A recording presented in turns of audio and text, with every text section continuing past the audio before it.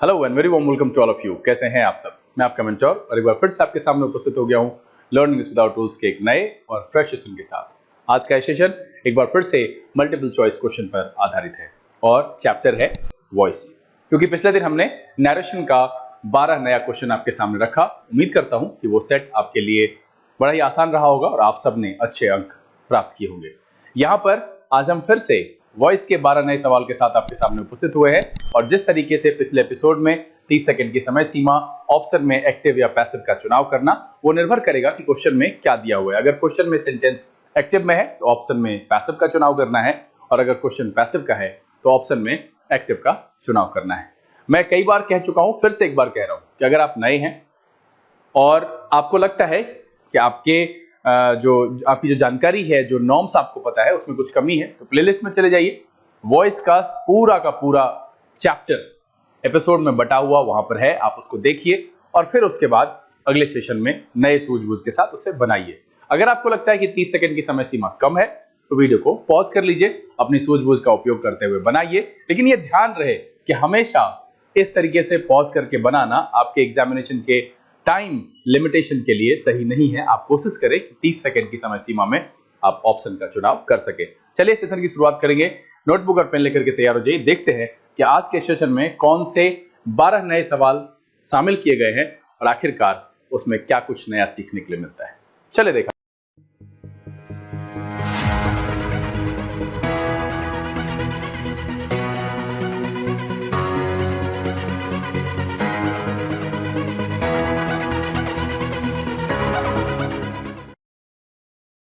आइए हम आज के सेशन की शुरुआत करते हैं और बारी बारी से आज के इस सेट में लाए गए 12 नए क्वेश्चन को आपके सामने रखते हैं। सेशन को शुरू करेंगे, लेकिन उससे पहले जो लोग इस चैनल पर नए हैं, चैनल को सब्सक्राइब कर लीजिए, बेल आइकन जरूर प्रेस कीजिएगा ताकि यहाँ अपलोड किए गए वीडियोस की नोटिफिकेशन आपको मिले और आपका कोई भी सेशन मिस ना हो। लाइक और शेयर करना भूलिएगा नहीं, ये बहुत जरूरी है आपके तरफ से, जो मुझे ये प्रेरणा देता है, बार बार मुझे खींचकर कैमरे के सामने लाता है, इतनी व्यस्तता के बाद भी कि बच्चे वीडियोस का इंतजार कर रहे हैं। सो प्लीज लाइक शेयर जरूर कीजिएगा।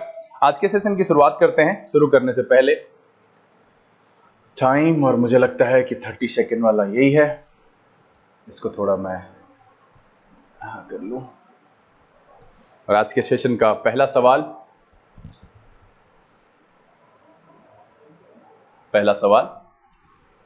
और आपका समय शुरू होता है अब।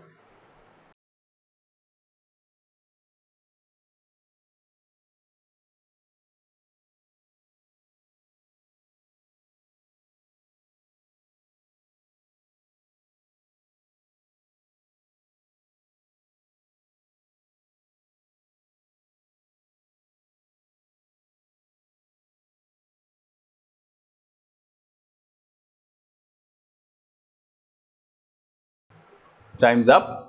चलिए, दी गई समय सीमा समाप्त हो गई है। अब यहां पर हमारे सामने सवाल है और हम देखते हैं यहां पर हम क्या कर सकते हैं। चलिए, यहां पर कह रहा है कि समवन पुल्ड द बुल।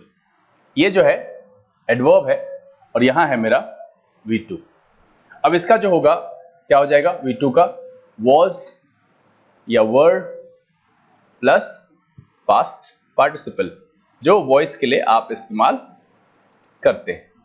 ठीक है, हम यहां पर देख रहे हैं और मेरा जो ऑब्जेक्ट है वो है द बुल। यहां पर भी द बुल, यहां पर भी द बुल, यहां पर भी द बुल और यहां पर भी द बुल। अब यहां लगाया गया है हैड बीन, इसका कोई औचित्य नहीं बनता है, ये यहां से एलिमिनेट हो गया। ये लगा हुआ है वाज टू बी पुल्ड, ये भी यहां से खत्म हो गया और हैड बीन पुल्ड, ये भी यहां से खत्म हो गया। तो एलिमिनेशन के हिसाब से ये मेरा यहां से एलिमिनेट हो चुका है और एक ऑप्शन जो बचा है डी, जो कि ऑटो आंसर हो गया कि हम इसको चुन ले अपने आंसर के तौर पर, लेकिन एक बार देखेंगे जरूर। ये जो एक्स्ट्रा हिस्सा था वायलेंटली, ऐसे रह गया, the bull was pulled violently. और बिल्कुल ये इसका सही कन्वर्जन है और इसीलिए जो इस सवाल का जवाब है वो है आपका डी। चलिए अगला सवाल लेंगे और आपका समय शुरू होता है अब।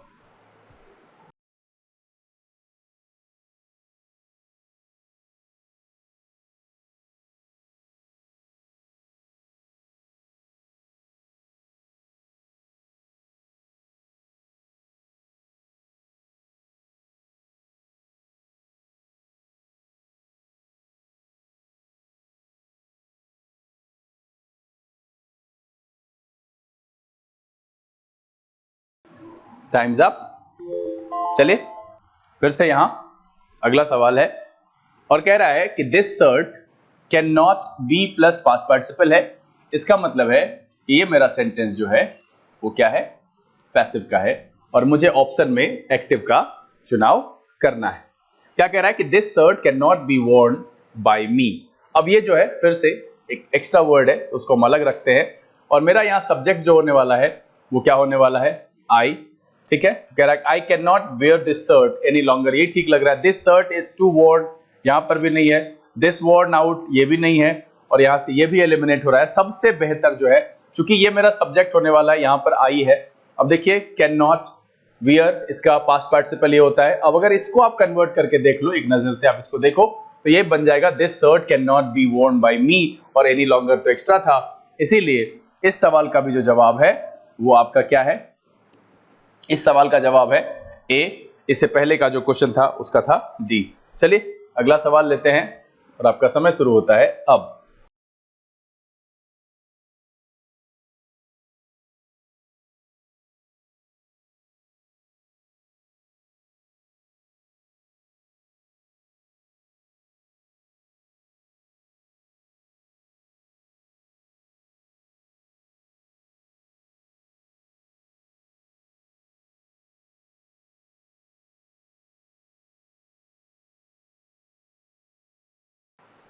Time's up. चलिए यहां पर फिर से जो है एक अगला सवाल आ गया है और क्या है कि देखिए, a lion does not eat grass however hungry he may be. ठीक है, अब कह रहा है यहां से डज नॉट है तो इसका या तो बनना चाहिए इज से, या बनना चाहिए आर से, या बनना चाहिए एम से और प्लस पास्ट पार्टिसिपल होना चाहिए। तो कह रहा है कि grass is not eaten by a lion. बिल्कुल, यहां पर ग्रास है तो उसके हिसाब से यहां लगाया कि ग्रास इज नॉट। अब यहां पर ये बीइंग इटन कोई मतलब ही नहीं है। ठीक है, ग्रास इज इटन नॉट, ये पैटर्न ही गलत है। हम यहां पर इसको लिखते हैं तो ये इधर होना बिल्कुल गलत है। ग्रास इज बीइंग नॉट, ये भी गलत हो गया। बड़ी आसानी से फिर से इसका जो है जवाब मेरे सामने आ गया और इसका क्या है, इसका जो आंसर है जैसा पिछले सवाल का था वैसे ही इसका भी जवाब है आपका ए। देखिए बहुत ही साधारण सा सवाल है, बड़ा ही आसानी से इसका जो है आंसर आप निकाल सकते हैं। देखिए मैं दोनों जो मल्टीपल चॉइस क्वेश्चन करा रहा हूं इसका उद्देश्य है, बहुत सारे एसएससी वाले बच्चे हैं और देखिए जो बच्चे काफी हद तक प्रैक्टिस कर चुके हैं तो उनके लिए शायद ये लगे कि ये बहुत ही आसान है, लेकिन ये आसान मैं तब कहूंगा जब आपको 12 में 12 आता है, हर सेट में आप सही करते हो। अगर कहीं भी त्रुटि रह जा रही है तो बिल्कुल आपको ये एपिसोड देखना चाहिए। और वैसे भी विशेष करके मैं उन सारे बच्चों के लिए रखता हूं जो अपने मन से प्रैक्टिस करने में कहीं ना कहीं उनको जो है वो डरते हैं, उनको लगता है कि यार कर लेंगे बाद में। तो कम से कम आप इस बहाने ही मेरे साथ आ जाइए। आप 12 सवाल 20 मिनट 25 मिनट का समय आपका लगता है और एक बार पूरे नॉर्म्स की जो है रिव्यू हो जाती है और आप आसानी से ये समझ पाते हो कि आखिरकार हम किसी भी एक्टिव पैसिव का या फिर डायरेक्ट इनडायरेक्ट का ऑप्शन का चुनाव कैसे करते हैं। यहां पर बहुत ही आसानी से ये सवाल भी बन गया कि grass is not eaten by a lion however hungry he may be, और इसीलिए इसका जो आंसर हो गया वो हो गया ए। चलिए अगला सवाल लेंगे और आपका समय शुरू होता है अब।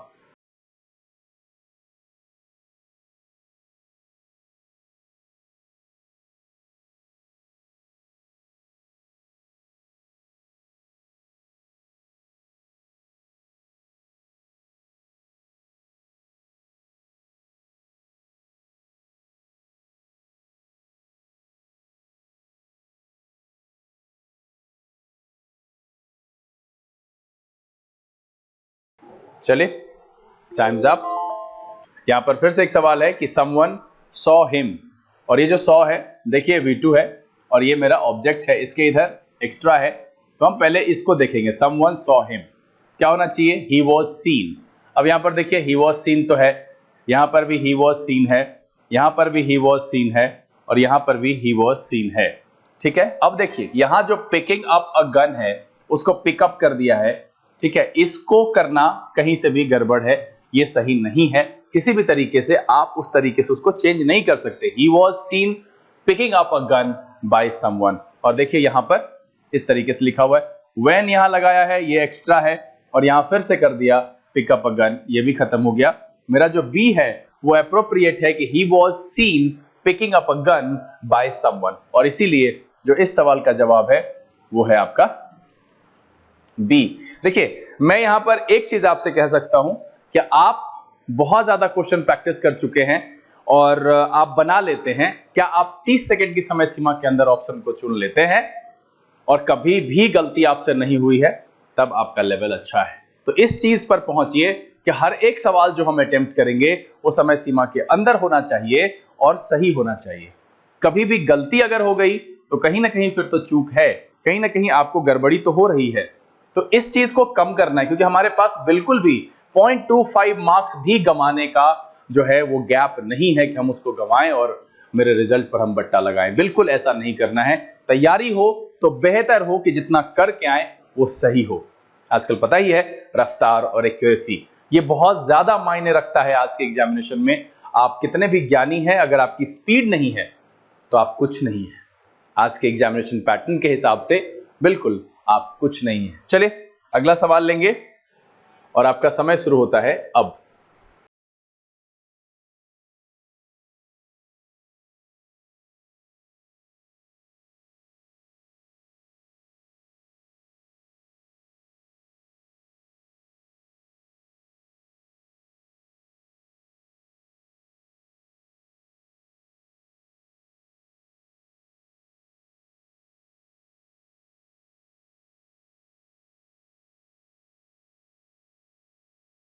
चलिए समय समाप्त हो चुका है, ठीक है। और जो सवाल यहां पर है देखिए क्या कह रहा है, ही वॉज ऑब्लाइज्ड। और चूंकि ये बी प्लस पास्ट पार्टिसिपल पहले से है ना, बी प्लस पास्ट पार्टिसिपल मेरा पहले से है, इसका मतलब है कि ये पैसिव में पहले से है। मैंने आपको यूनिवर्सल पैसिव में बताया था, मैं फिर से रिपीट कर देता हूं। मेरे हिसाब से मैं बोलता हूं यूनिवर्सल पैसिव, और यूनिवर्सल पैसिव कहने का मतलब है कि अगर बी प्लस पास्ट पार्टिसिपल कहीं पर भी सेंटेंस में दिया हुआ है, ठीक है। अब ये बी का क्या मतलब है, इज हो सकता है, आर हो सकता है, एम हो सकता है, वॉज हो सकता है, वर हो सकता है, बी हो सकता है, बिन हो सकता है, बीइंग हो सकता है। अगर इसके साथ आपका पास्ट पार्टिसिपल दिया हुआ है तो वो सेंटेंस आपका पैसिव में है। ये मैंने पहचानने के लिए बड़ा ही आसान सा तरीका आपको बताया। अब कह रहा है ही वॉज मेड, ठीक है, ये कहीं से भी नहीं है। मुझे भाई एक्टिव का सेंटेंस ढूंढना है, ठीक है, मुझे क्या करना है, एक्टिव का सेंटेंस ढूंढना है, तो ये कहीं से भी नहीं होगा।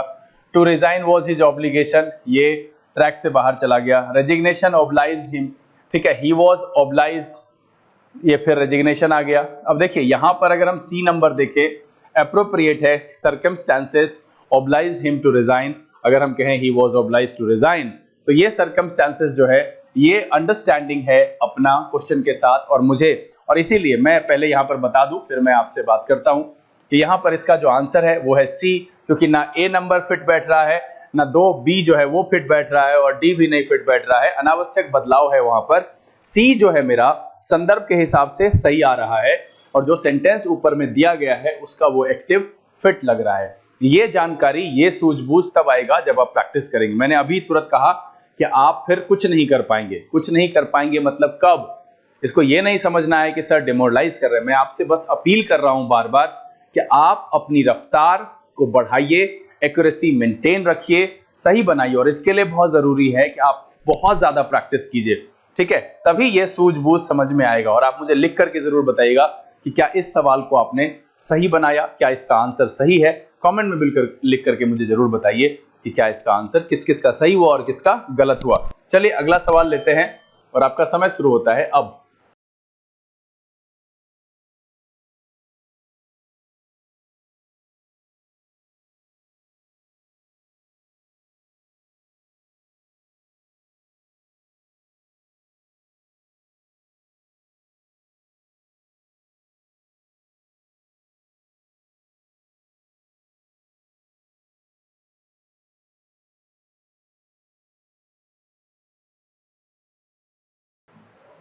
Times up. चलिए अब देखिए 30 नंबर सवाल है। यहां क्या कह रहा है कि why did you not agree to my proposal, ठीक है, why did you not agree to my proposal. अगर हम इसको सीधा करें, इसको छोड़ दें और अगर हम सेंटेंस को नॉर्मल करें तो क्या हो जाएगा, you did not agree to my proposal. ठीक है, अब क्या हो जाएगा इसको कैसे बनाएंगे, तो डिड है मेरा, वॉज होना चाहिए, देखिए यहां पर भी वॉज है, यहां पर भी वॉज है। अब इसमें देखिए गलती कहां हुई, एक एलिमिनेशन कहां से आ रहा है कि सब्जेक्ट के बाद इधर रखा और लास्ट में लगाया साइन ऑफ इंटरोगेशन, इसलिए ये वाला ऑप्शन मेरा खत्म हो गया। ठीक है, अब कह रहा है कि why was my proposal not agreed to by you. अब देखिए अग्री के बाद टू लगा हुआ है तो उसको मेंटेन करेंगे। अब देखिए मेरा सी नंबर तो एलिमिनेट हो चुका है। अब कह रहा है कि why was my proposal not agreed to, और ये देखिए यहां पर एक ऑप्शन दिया हुआ है why was my proposal not agreed to, और देखिए बाय यू भी दिया हुआ, यहां नहीं दिया हुआ है। ठीक है, तो एक मेरा ये लग रहा है और एक ये लग रहा है। हम देखते हैं बी नंबर में why was my proposal not agreed by, यहां बदलने का ऑप्शन खत्म हो गया। अब देखिए कि मुझे चुनना है ए और डी में, तो सबसे जो बेहतरीन है एप्रोप्रिएट एजेंट को मेंशन कर दिया गया है। तो मैंने पहले भी कहा था कि जब कर दिया जाता है तो हम इसको लिखते हैं, और इसीलिए यहां पर जो है ए वाला एलिमिनेट हो गया कि दोनों यहां तक सेम है, यहां तक कोई बात नहीं, लेकिन इसमें बाय यू लिखा और इसलिए एप्रोप्रिएट होने के लिहाजन जो मेरा आंसर हो जाएगा वो हो जाएगा आपका डी। देखिए मैं क्लासरूम में कई बार कहता हूं कि आप ऐसे कन्वर्ट करते हो, एजेंट मत लिखो, कोई बात नहीं है, लेकिन अगर हम सवाल में हमको दिया जाएगा, ऑप्शन में दिया जाएगा, एप्रोप्रिएट होने की बात करेगा तो एजेंट के साथ वाले सेंटेंस को चुनेंगे। अब यहां पर देखिए कि पहले वाले में जो दिया हुआ है वो भी सेम है और डी वाले में जो दिया हुआ है वो भी सेम है। इसमें एजेंट मेंशन नहीं किया है और इसमें एजेंट मेंशन किया है, इसलिए मेरा जो ऑप्शन है वो डी हो गया और जो आंसर है वही है आपका डी। चलिए अगला सवाल लें और आपका समय शुरू होता है अब।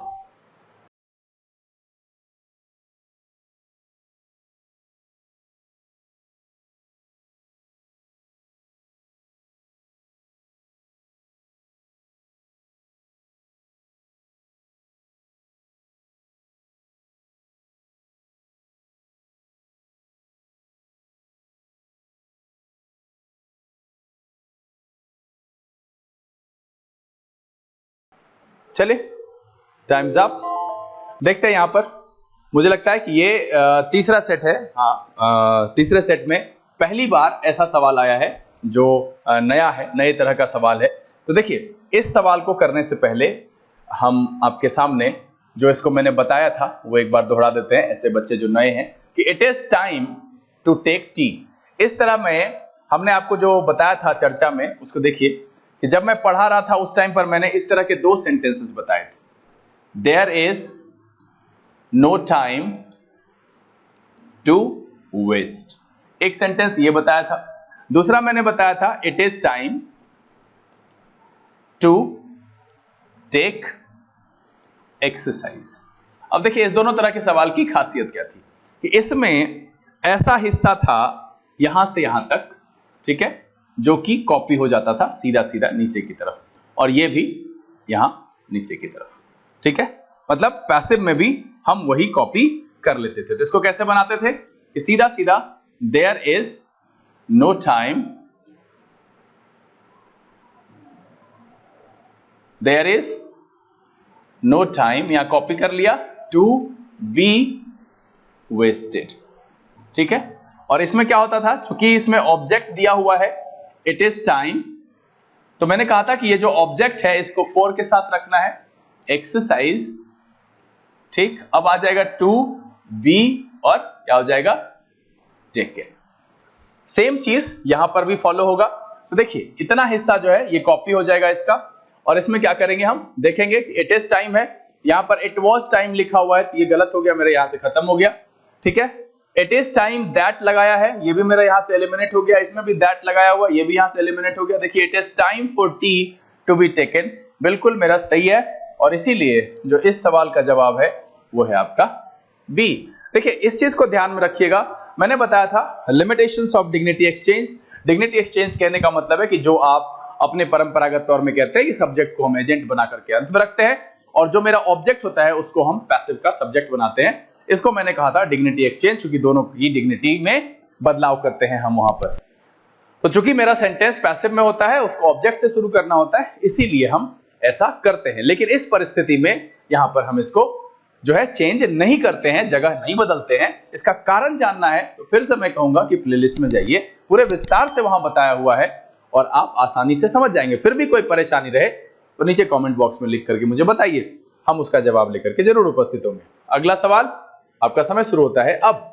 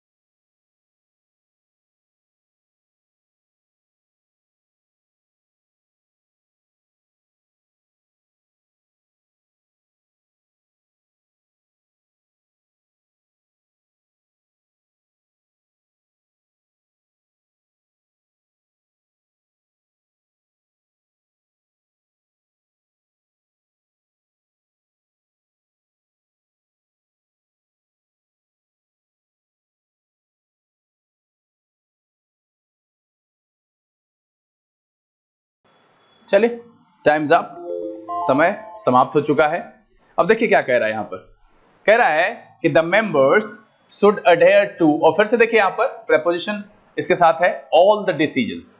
तो ये मेरा ऑब्जेक्ट है, यहां पर देखिए ऑल द डिसीजंस। अब यहां शुड है तो इसके साथ बी होना चाहिए और प्लस होना चाहिए पास्ट पार्टिसिपल, यहां पर नहीं है, ये मेरा ऑप्शन यहां से खत्म हो गया। अब कह रहा ऑल द डिसीजंस एडेयर्ड, यहां से शुड उड़ा दिया, ये भी खत्म हो गया। अब कह रहा all the decisions should be adhered to by the members, ठीक है, यहां द मेंबर्स है, बिल्कुल ये सटीक लग रहा है, लेकिन हम निचले वाले को भी देखेंगे, all should adhere to the decision. यहां पर सेंटेंस पैसिव में आया ही नहीं, क्योंकि मुझे जब तक बी प्लस पास्ट पार्टिसिपल नहीं लगाएंगे सेंटेंस मेरा पैसिव में जाएगा ही नहीं। और चूंकि मुझे पैसिव में चुनाव करना है ऑप्शन, तो ये वाला ऑप्शन यहां से एलिमिनेट हो जाएगा। और इसीलिए जो इस सवाल का जवाब है वो है आपका सी। देखिए बड़ी आसानी से जब आप ये समझ लेते हैं कि यहाँ मॉडल है, उसके साथ क्या अप्लाई करना है, यहाँ पर लगा हुआ है, ध्यान रखना है कि प्रेपोजिशन उसके साथ आया है तो उसका प्लेस नहीं बदलना चाहिए, वो उसी के साथ रहेगा। और सी वाले में देखिए यहाँ पर है, और देखिए बी प्लस पास्ट पार्टिसिपल लगा हुआ है। इन्हीं सारी सूझबूझ को अप्लाई करते हुए सवाल को बनाइए। उम्मीद करते हैं कि अभी तक ये 32वां सवाल है ना, 25 से शुरुआत है, 25, 26, 27, 28, ये 8वां सवाल, और अभी तक आपके सारे सही हुए होंगे। बिल्कुल मुझे अपने ऑप्टेन मार्क मुझे बताइए, कोई परेशानी होती है वो भी मुझे कमेंट बॉक्स में लिख करके मुझे बताइए। वीडियो को शेयर और लाइक जरूर कीजिएगा। चैनल पर हैं और अब तक आपने सब्सक्राइब नहीं किया है तो चैनल को सब्सक्राइब कर लीजिए, बेल आइकन प्रेस करिए ताकि यहाँ से नोटिफिकेशन जो वीडियो अपलोड होती है उसकी मिले और कोई भी आपका वीडियो मिस ना हो। ऐसे मैं कोशिश कर रहा हूँ कि और ज़्यादा से ज़्यादा जो यूजफुल वीडियोज़ है वो मैं आप तक पहुँचाऊँ। चलिए अगला सवाल लेते हैं, आपका समय शुरू होता है अब।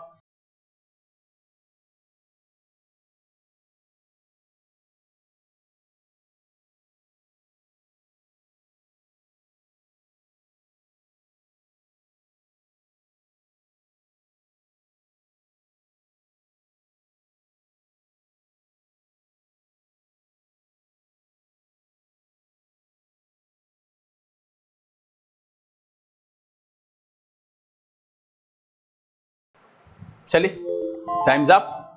फिर से एक सवाल देखते हैं, एक्टिव है पैसिव है। अक्यूज्ड क्या है, V2। जैसे ही आया तो आएगा वॉज, देखिए यहां पर है वॉज अक्यूज्ड, वॉज अक्यूज्ड, और इसमें नहीं है, ये मेरा यहां से एलिमिनेट हो गया। इसमें नहीं है, ये यहां से मेरा एलिमिनेट हो गया। अब कह रहा है it was accused by his subordinate, ठीक है। अब देखिए जब मेरा यहां पर हिम है तो हम इट क्यों लिखें, ये यहां से एलिमिनेट हो गया और इसीलिए जो मेरा आंसर आ गया, तो ये बड़ी आसानी से डी आ गया। अब हम इसको देख लेते हैं। He was accused of various offences by his subordinates, बिल्कुल देखिए हिज सबऑर्डिनेट मेरा यहां है और एजेंट के तौर पर लगाया, बाय हिज सबऑर्डिनेट्स बिल्कुल सही है। अक्यूज्ड ऑफ यहां पर देखिए लगा हुआ है, अक्यूज्ड ऑफ वेरियस ऑफेंसेस, इसीलिए इस सवाल का जो जवाब है वो है आपका डी। देखिए बड़ी ही आसानी से सवाल बनता है और ये तब होता है जब आप एक्चुअली इसके नॉर्म्स को बहुत अच्छे तरीके से समझते हैं। अगर रट करके बनाएंगे तो आधा समय तो आपका इसमें निकल जाएगा कि ये कौन से टेंस का सेंटेंस है। तो मैं बस इसलिए कहूंगा कि भाई परंपरा से बाहर निकलिए, रूल बुक से बाहर निकलिए, सूझबूझ अप्लाई कीजिए, आप आसानी से सॉल्व कर पाएंगे। चलिए अगला सवाल लेते हैं और आपका समय शुरू होता है अब।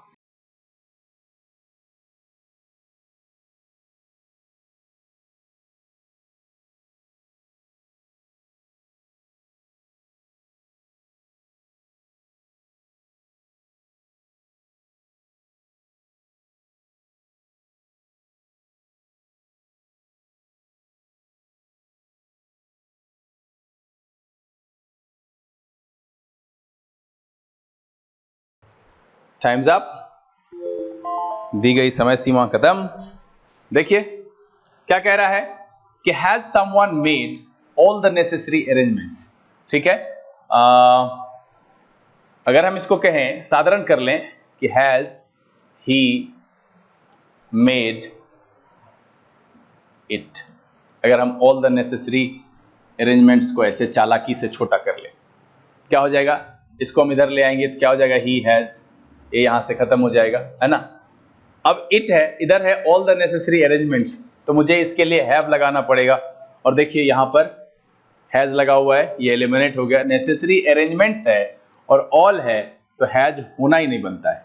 ठीक है, साथ में देखिए कि all the necessary arrangements have, इसका पैटर्न कैसा है, इसका पैटर्न है एफर्मेटिव, और सेंटेंस के लास्ट में क्या लगा दिया, क्वेश्चन मार्क, ये मेरा यहां से एलिमिनेट हो गया। बी नंबर में कह रहा है कि have the necessary arrangements been all, all यहां क्यों आएगा, ये यहां से एलिमिनेट हो गया और मेरा जो बचा वो सी है। अब देखिए कि have all the necessary arrangements been made by someone, चूंकि यहां पर V3 है तो ये आ जाएगा बिन प्लस पास्ट पार्टिसिपल में चेंज हो जाएगा, और इसीलिए इस सवाल का जो जवाब, मुझे नहीं लगता है कि अब आप सबको परेशानी होती होगी। अगर अभी भी आपको परेशानी होती है तो किस तरह की परेशानी है और मुझे क्या करना चाहिए कि ये सॉल्व हो, मुझे बताइएगा जरूर। ऐसे मेरे हिसाब से तो आपको एक बार एपिसोड्स देखिए, किसी भी रेफरेंस बुक से आप क्वेश्चन को बनाइए, 10 15 20 क्वेश्चन अगर आप ऐसे खुद से चेंज करेंगे ना, तब सूझबूझ आपका जनरेट होने लगेगा और तब आप इस तरह के ऑप्शंस वाले क्वेश्चन को सॉल्व कर पाएंगे। चलिए अगला सवाल और आपका समय शुरू होता है अब।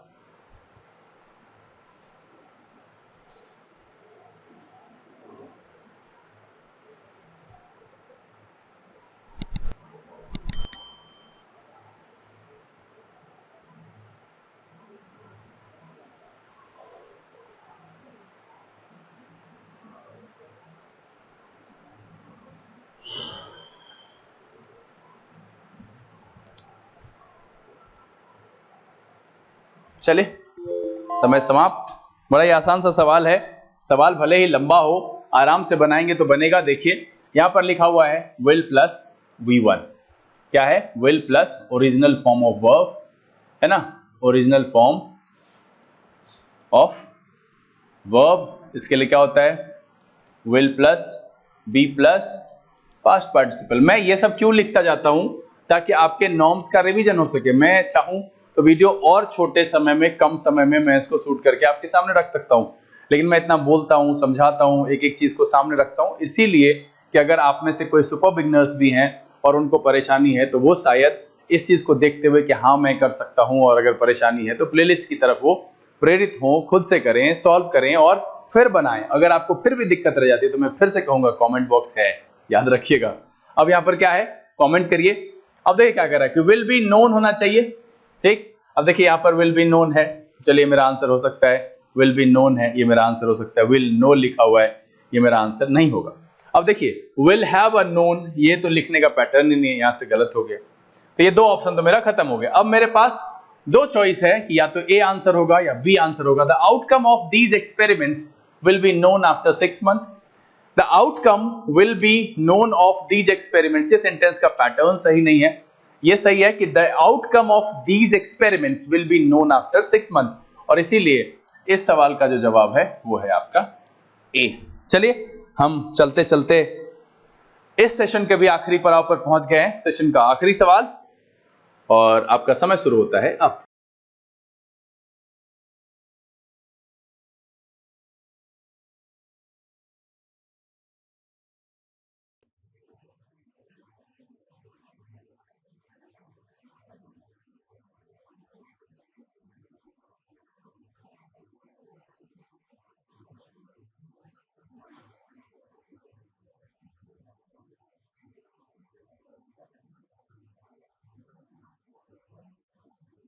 Time's up. चलिए आखिरी सवाल है, देखते हैं। लिखा हुआ है don't speak until someone speaks to you. Option देखिए, don't speak until, don't speak until, don't speak until, don't speak until. मतलब है कि मुझे इस हिस्से को चेक करना है। समवन स्पीक्स टू यू, तो you are spoken to. Someone is spoken, ये नहीं होगा। यू हैव बीन, ये भी नहीं होगा। समवन हैज बीन, ये भी नहीं होगा। ये तो बड़ा आसान निकला भाई। ए नंबर क्या होगा, यू यहां से चला गया, यू इसके साथ आर लगा, इसका पास्ट पार्टिसिपल हो गया स्पोकन, क्योंकि इसका रेट पर क्वेश्चन आया वो भी यहां पर रख दिया। तो मेरा आंसर हो गया, वो हो गया आंसर नंबर ए। उम्मीद करता हूं कि आज का ये सेशन जो कि वॉइस के 12 मल्टीपल चॉइस क्वेश्चन पर आधारित था, आप सबने सॉल्व किया होगा। वीडियो शुरू से अंत तक देखा होगा, सारे सवाल बनाए होंगे और सब के सब आपके सही हुए होंगे और पूरी सूझबूझ और जो समझदारी मैंने बताई आपको, वह ये वजह रही इसको एलिमिनेट करने की, वो सब मिला होगा। कोई भी परेशानी आपको नहीं रही होगी और ये वीडियो आपको बहुत पसंद आया होगा। सबसे पहले अगर ये वीडियो आपको अच्छा लगा इसे लाइक कर दे। अगर आपने चैनल सब्सक्राइब नहीं किया प्लीज सब्सक्राइब कर लीजिए, बेल आइकन जरूर प्रेस कीजिएगा ताकि ऐसा अपलोड की गई वीडियोस की नोटिफिकेशन आपको मिले और आपका कोई भी सेशन मिस ना हो। दूसरी बात, क्या अगर इस पूरे सेशन के दौरान आपको कठिनाई रही तो पहला निदान तो वही है कि आप पहले प्लेलिस्ट में चले जाइए, वॉइस के इंट्रोडक्शन से आगे बढ़ते हुए रेफरेंस बुक से प्रैक्टिस करते हुए बनाइए। बीच में कोई भी परेशानी हो, आप सवाल मुझे लिखिए, हम उसका आंसर और उसका निदान लेकर के आपके सामने उपस्थित होंगे। मैं आपको ये भी भरोसा दिलाता हूँ कि कमेंट बॉक्स का वेट नहीं करेंगे। हम जब अगले दिन सेशन लेकर के आएंगे, उसी सेशन में अगर आपका सवाल वैसा रहा तो हम उसका आंसर देंगे, तभी सेशन की शुरुआत करेंगे। इसलिए आप अपने कमेंट्स को लिखिएगा जरूर। बहरहाल समय यहाँ से विदा लेने का, आप घर में रहिए, पढ़ाई करते रहिए, अपना और अपने परिवारजनों का ख्याल रखिए। अगले दिन फिर इस तरह के एपिसोड के साथ आपके सामने उपस्थित होंगे। तब तक के लिए लर्निंग विद रूल्स के सेशन से VK Singh signing off. Keep reading, keep practising. Thank you.